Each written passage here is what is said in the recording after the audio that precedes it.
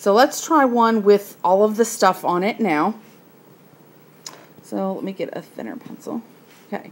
My negative in the front is going to be a vertical reflection.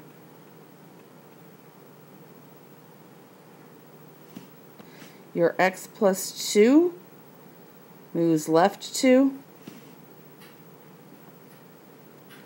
And your minus 5 moves down 5.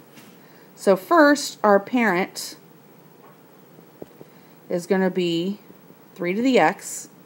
So my basic parent graph to start with is -1, 0, 1, 1/3, 1, 3.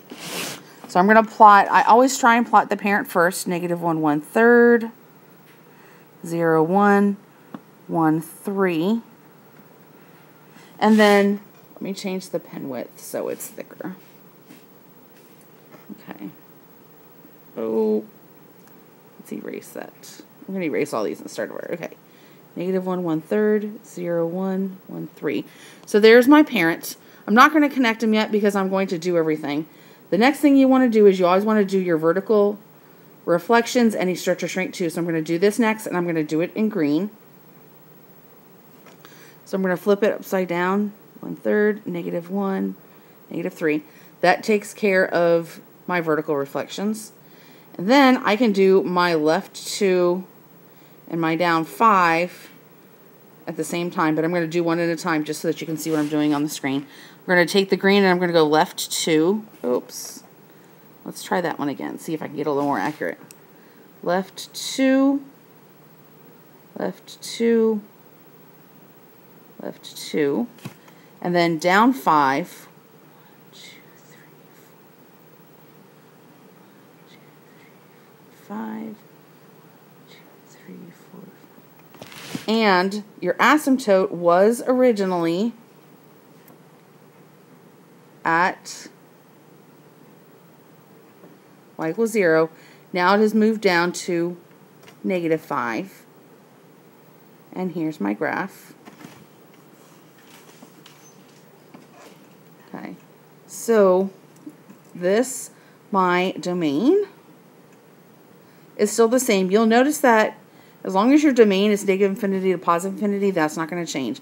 The only thing that's going to change here is your range, because we have flipped this all upside down and we've moved it down. So now instead of being 0 to infinity, it's below my graph, so I've got to start from negative infinity, and I'm going to go as high as -5, but not include it. So it's going to be negative infinity to -5, not including it. My asymptote is going to be y equals -5. My end behavior, let me do this in another color. Let's do purple. So my end behavior, I might have to do the small. My limit as x approaches infinity of f of x, that's this pointing down, is pointing towards negative infinity. Let's do this light pink. So my limit as x approaches negative infinity, that's this side of f of x. That one is getting closer and closer and closer to -5. And that is my graph for -3 raised to the x plus 2 minus 5. Okay, so compound interest, your compound interest formula is A equals P parentheses 1 plus R over N to the NT, and I'm going to just label what everything is. So the A is your amount after a certain period of time. Your P is your principal, your initial amount. That is what you're going to start with, whatever you're going to deposit into your account. Your R, oops, let me change colors for this one. Okay. Your R is your rate, and that you have to change to a decimal. And then, let me change colors. The N down here is your number of times it's compounded. Oops. So for example, if I say quarterly, these are the most common. That's 4 times a year. If I say monthly, that's 12 times a year. If I say daily, that's 365. You kind of get the idea. Those are the most common ones. Annually is 1 time a year. And then lastly, our T is your time. And that is going to be in years. So make sure that you have this memorized and know what everything means.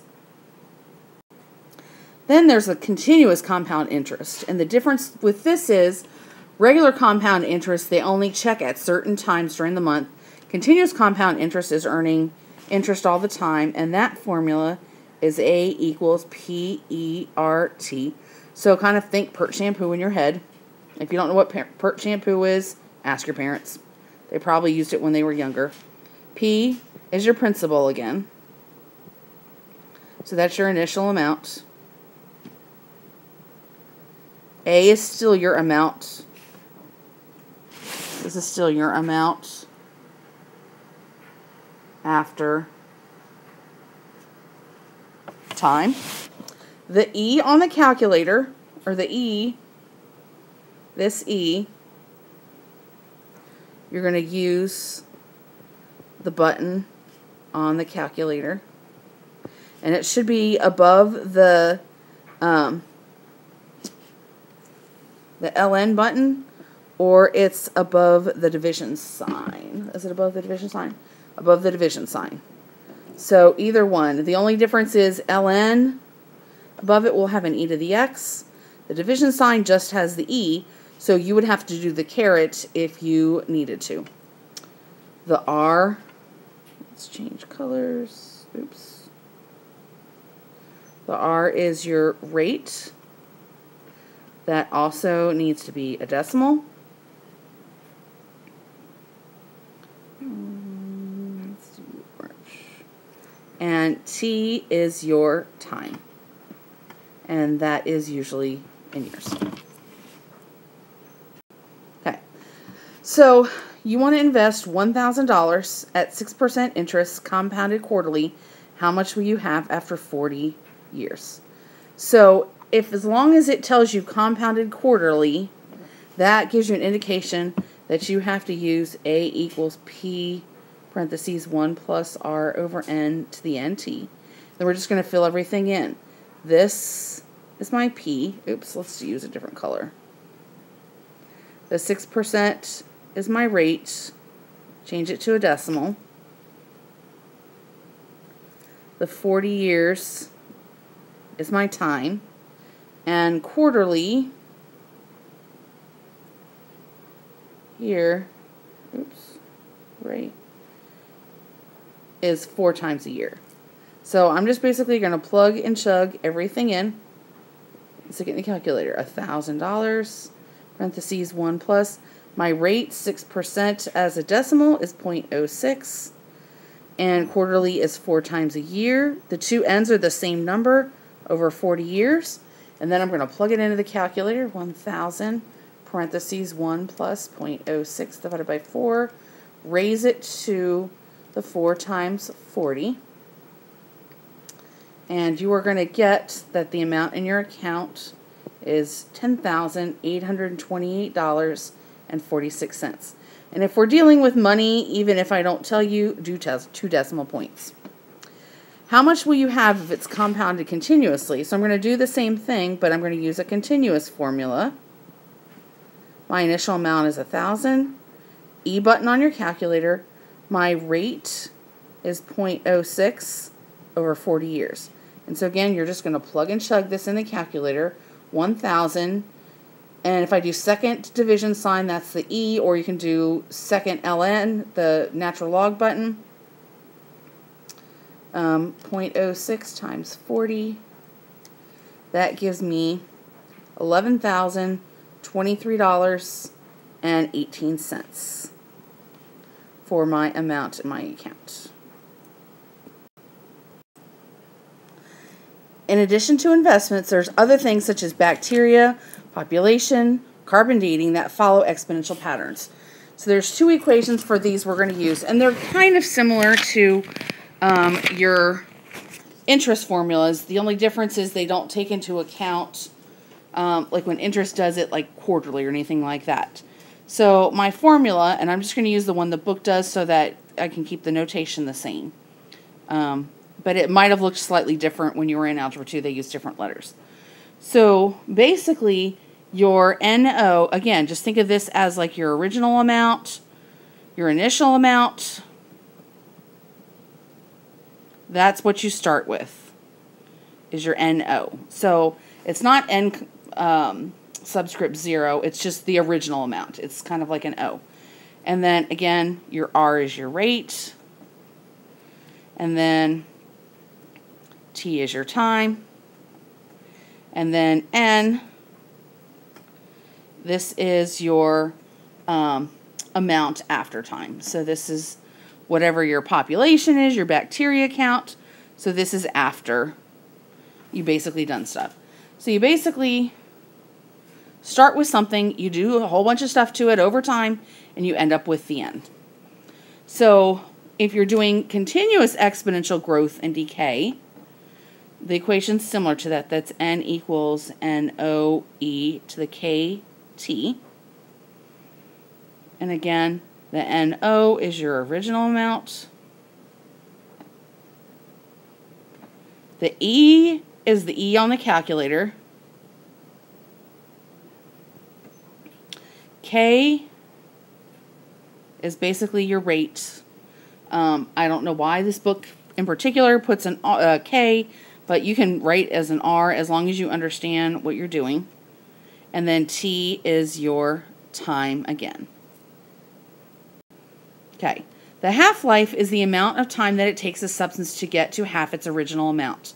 So you may have learned some other half-life formulas for specific chemistry and biology topics, but for our mathematical purpose, we're going to use the following formulas. So all half-life is, if we basically start with, and usually you're going to use the E to the KT, because we're dealing with things that are found in nature, patterns that are found in nature, you're going to use the E one more than anything else, except for specific things like money, or maybe population growth, depending on the actual problem. So all it really means is that my ratio of N to N over 0, or NO,